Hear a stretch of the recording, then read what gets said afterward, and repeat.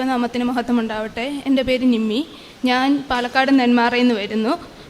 ഞാൻ ഉടമ്പടി എടുത്തത് ഫെബ്രുവരി 2023 ഞാൻ ഒത്തിരി കാലമായിട്ട് ഓസ്ട്രേലിയയിലോ ന്യൂസിലാൻഡിലോ ഇങ്ങനെ പോകാനായിട്ട് എനിക്ക് ആഗ്രഹമുണ്ടായിരുന്നു. പക്ഷേ OET ഞാൻ എഴുതിയാൽ ജയിക്കുമോ എന്ന് എനിക്ക് ഭയമാണ്. കാരണം എക്സാം ഞാൻ പൊതുവേ തോക്കുന്ന ഒരാളാണ്. ഞാൻ OET എഴുതിയിട്ടുമില്ല. അങ്ങനെ ഫസ്റ്റ് ടൈം ഞാൻ OET ഡേറ്റ് എടുത്തു, എഴുതി. പക്ഷേ ആ സമയം എനിക്ക് ഫെയിലായി. പക്ഷേ ഞാൻ അമ്മയോട് ചോദിച്ചിരുന്നത് ജയിക്കണമെന്നില്ല, ഒരു നല്ല സ്കോർ, അടുത്ത ഒരു അറ്റംപ്റ്റിനുള്ളൊരു സ്കോർ എനിക്ക് തരണമെന്ന് മാത്രമേ ഞാൻ അമ്മയോട് ചോദിച്ചിരുന്നുള്ളൂ. പക്ഷേ നിയർ പാസ് സ്കോർ ആയിരുന്നു. അതിൻ്റെ കോൺഫിഡൻസ് വർദ്ധിച്ചു. സെക്കൻഡ് ടൈം എഴുതി, എനിക്കൊരു ക്ലബിംഗ് സ്കോർ ഉണ്ടായി. ഞാൻ ന്യൂസിലൻഡിലേക്ക് വേണ്ടി അപ്ലൈ ചെയ്തു. അതുമെല്ലാം മാതാവിൻ്റെ പ്രത്യേക അനുഗ്രഹങ്ങളോടെ വളരെ പ്രത്യേകമായ വ്യക്തികൾ നമ്മളോട് വന്ന് പറയുകയും പെട്ടെന്ന് പ്രോസസ്സ് പെട്ടെന്ന് സ്റ്റാർട്ട് ചെയ്യണമെന്ന് പറയുന്ന അനുസരിച്ചാണ് ഞാൻ പ്രോസസ്സ് മൂവ് ചെയ്തത്. അതിനുശേഷം ഞാൻ പെട്ടെന്ന് തന്നെ എനിക്കൊരു സ്കോർ ഒരെണ്ണം കൂടെ കിട്ടാനുള്ളതും പെട്ടെന്ന് ക്ലബ് ചെയ്തെടുത്തു. അതിൻ്റെ ഇടയ്ക്ക് എനിക്ക് റീഡിംഗ് എന്നുള്ള മൊഡ്യൂൾ ഭയങ്കര ടഫായിരുന്നു. പക്ഷേ അങ്ങനെ ടഫ് മൊഡ്യൂൾസ് എല്ലാം തന്നെ എനിക്ക് ആദ്യം കിട്ടി. പക്ഷേ ഞാൻ റീഡിങ് ചെയ്തപ്പോൾ ഞാൻ അമ്മയോട് പ്രാർത്ഥിച്ചിരുന്നു. കാരണം ആദ്യത്തെ 20 ക്വസ്റ്റ്യൻസ് ഏറ്റവും ഈസി ആണെങ്കിൽ എനിക്കത് പാടാം. കാരണം ചെറിയൊരു ടൈമിൽ എനിക്കത് എഴുതിയെടുക്കുക ഭയങ്കര ടഫായിട്ടുള്ള കാര്യമായിരുന്നു. ഞാൻ അമ്മയോട് പറഞ്ഞു, അമ്മേ ആ 20 എണ്ണം പെട്ടെന്ന് ചെയ്താൽ അമ്മ എൻ്റെ കൂടെ ഉണ്ടെന്ന് ഞാൻ വിശ്വസിക്കും. പക്ഷേ ഞാൻ ആദ്യമായിട്ട് 8 മിനിറ്റ് കൊണ്ട് ആ എക്സാം പാസ്സായി. 20 എണ്ണം കംപ്ലീറ്റ് ചെയ്തു. അത് എനിക്ക് ഏറ്റവും സ്കോർ കൂടുതലും റീഡിങ്ങിന് തന്നെ കിട്ടുകയും ചെയ്തു. അതുപോലെ അതിന് ശേഷം OET കഴിഞ്ഞു. അത് കഴിഞ്ഞ് ഞാൻ കുവൈറ്റിൽ വർക്ക് ചെയ്യുമായിരുന്നു. ഡിസംബർ 31 എൻ്റെ ലാസ്റ്റ് ആയിരുന്നു. അപ്പം ഞാൻ അമ്മയോട് പ്രാർത്ഥിച്ചു, അതിന് മുമ്പ് തന്നെ എൻ്റെ ഡിസിഷൻ വരണമെന്ന്. അമ്മ എന്നെ സഹായിച്ചു. ഡിസംബർ 15 എൻ്റെ ഡിസിഷൻ ലെറ്റർ വന്നു. അതിനുശേഷം പിന്നെ ഒരു ക്യാബ് സീറ്റ് കിട്ടാൻ ഭയങ്കര പാടായിരുന്നു. ഒത്തിരി ശ്രമിച്ചിട്ടും എനിക്ക് സെപ്റ്റംബർ ഒക്ടോബറിലോട്ടായിരുന്നു സീറ്റുകൾ മുഴുവൻ വന്നുകൊണ്ടിരുന്നത്.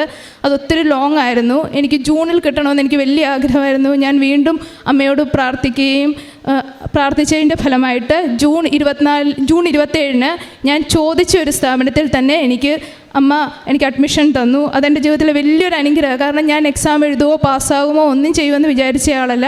വളരെ സ്പീഡിൽ അമ്മ എൻ്റെ കാര്യങ്ങൾ നടത്തി തന്നു. ഒത്തിരി എക്സാം എഴുതുമോ കഷ്ടപ്പെടുമോ ഒന്നും ഞാൻ ചെയ്തിട്ടില്ല. ഞാൻ ഒത്തിരി പഠിച്ചിട്ടുമില്ല. കാരണം എനിക്ക് ഡ്യൂട്ടി തന്നെ ഒരു ഹെവിയാണ്. കുട്ടികളുടെ കാര്യങ്ങളെല്ലാം നോക്കണം.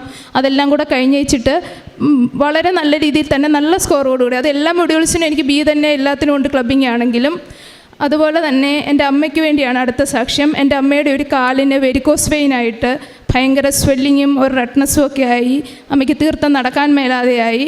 അത് ഇവിടുത്തെ ഉടമ്പടി വസ്തുവായ ഉപ്പും എണ്ണയും ഒക്കെ തേച്ചതിന് ശേഷം അമ്മയ്ക്ക് നല്ല ആശ്വാസം കിട്ടുകയും ചെയ്തു.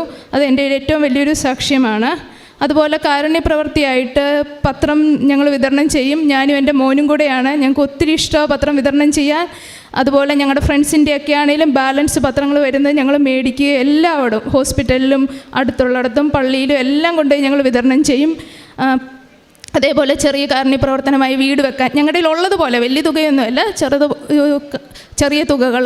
അതുപോലെ അനാഥാശ്രമത്തിൽ ചെറിയ തുകകൾ, ചെറിയ രീതിയിൽ ഫുഡ് മേടിക്കാനായിട്ടുള്ള പൈസ, അങ്ങനെല്ലാം ചെയ്യും. മാതാവ് ഞങ്ങൾക്ക് ഒത്തിരി അനുഗ്രഹങ്ങൾ ഈ സമയത്തിൽ തരികയും വളരെ സ്പീഡിൽ തരികയും ചെയ്തു. അമ്മയ്ക്കും തിരുക്കുമാരനും ഒത്തിരി നന്ദി. യേശുവേ നന്ദി, യേശുവേ സ്തോത്രം. ആത്മീയമായിട്ട് എനിക്കുണ്ടായ മാറ്റം, ഞാൻ പ്രാർത്ഥനയിലൊക്കെ ഒത്തിരി പുറകോട്ടുള്ള ഒരാളായിരുന്നു.